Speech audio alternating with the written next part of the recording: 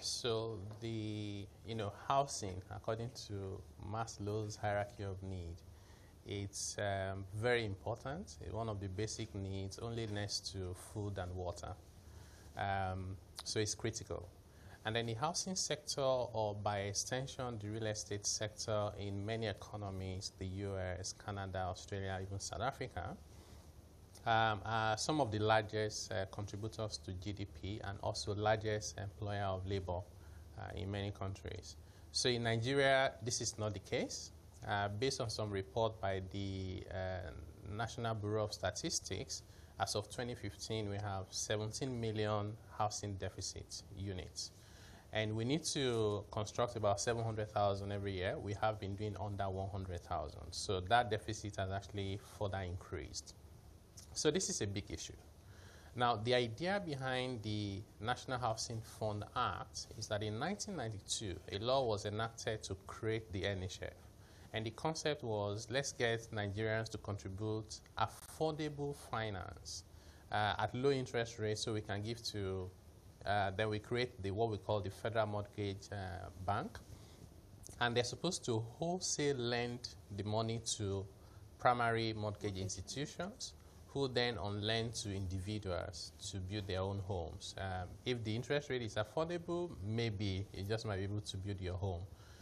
Fast forward 27 years after, in 2019, there's no result to show for it.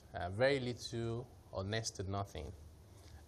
We haven't seen progress in any way or form. Currently, people pay, or Nigerian workers, public and private sector, are required to pay 2.5% of their basic salary. Okay, Taiwo, if I just, sorry to interrupt you, but what would you say went wrong with that initial plan? 27 years after, with no traction, we're still, the gap is still widening. What would you say is that one factor that didn't let that plan succeed? Yeah, I think because the focus has been on how to get affordable finance, cheap finance, whereas the objective is beyond that. You have to look at policies. You have to look at regulations. Look at regulations and laws around land ownership, registration, and transfer, for example. It's a nightmare, and that's just a simple example. There's also the fact that we haven't really taken the step back to say affordable housing doesn't have to be bricks and mortar. Maybe you need to look for other more affordable ways of building. The vast majority of Nigerians can't afford homes that are built with bricks and built in Lagos and built in city centers around the country.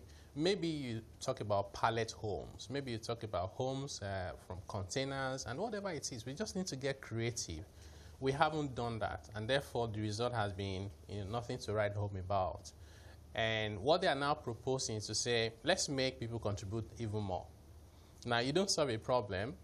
If you have a basket that is leaking, the problem is not to intensify the rate at which you pour water into it. It's to fix the leakage. I suppose the government still thinks it's, it's still they think it's a finance issue. Yeah. So as of today, pension contribution, for example, you can remember, many times PenCom will tell you this is how much we've now, collected. Nobody knows how much NHF has collected since they started.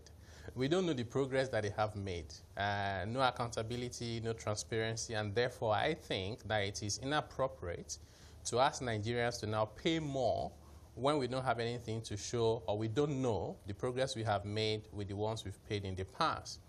Beyond Nigerians earning minimum wage and above in public and private sector contributing 2.5% of their monthly income, banks, insurance companies, and PFAs, pension fund administrators, must contribute 10% of their profit before tax into this scheme as well, and they will get returns of 1% over current deposit rates, which is next to nothing.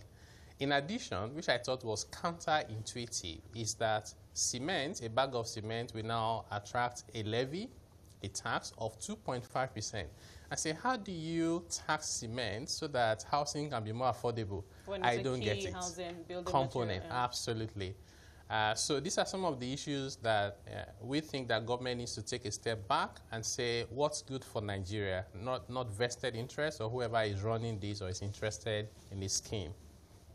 So I'm just thinking, if the government, because would you say that there was stakeholder consultation? Because obviously, it's been passed, and I'm thinking, how did they get to this point without when there contributions from players across the sector? Yeah, we sometimes see this play out in Nigeria. So to my knowledge, there's no stakeholder engagement, because if there is one, and I've spoken to some private sector organizations, including the Lagos Chambers of Commerce, they're not even aware. So the way they do these things in Nigeria is to quickly do it so nobody is aware, and before you know it is signed into law. This happened when we have the what we call employer compensation scheme. Before, it used to be managed by the private sector. It was more efficient.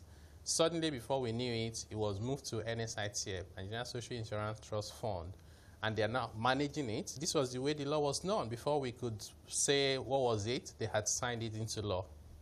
So this was passed by both houses of the National Assembly on the 18th of February, 2019. We're hoping now that the presidency would not sign until these issues have been properly addressed. Are you saying that there's nothing good? I mean, nothing good can come from this. I know that because you came up with over 10 reasons why this is a bad idea, but I'm thinking, is there nothing good within this law that, I mean, when if implemented, we could see some tangible benefits? The only thing that can be good about it is the implementation. We haven't seen that in 27 years. I don't think where I stand or sit now, I can't just suddenly become optimistic that if I gave you $1 billion and you didn't manage it well, if I make it 10, suddenly you do it better.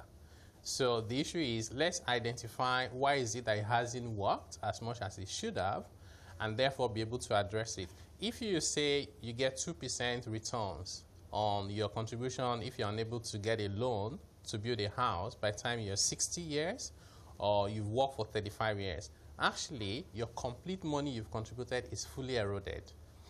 If you go back 35 years ago, $1 million was worth 1.3 million US dollars. At 2% per annum, $1 million 35 years ago is worth 2 million naira today. That's only $6,000. It's 1% of the real value 35 years ago.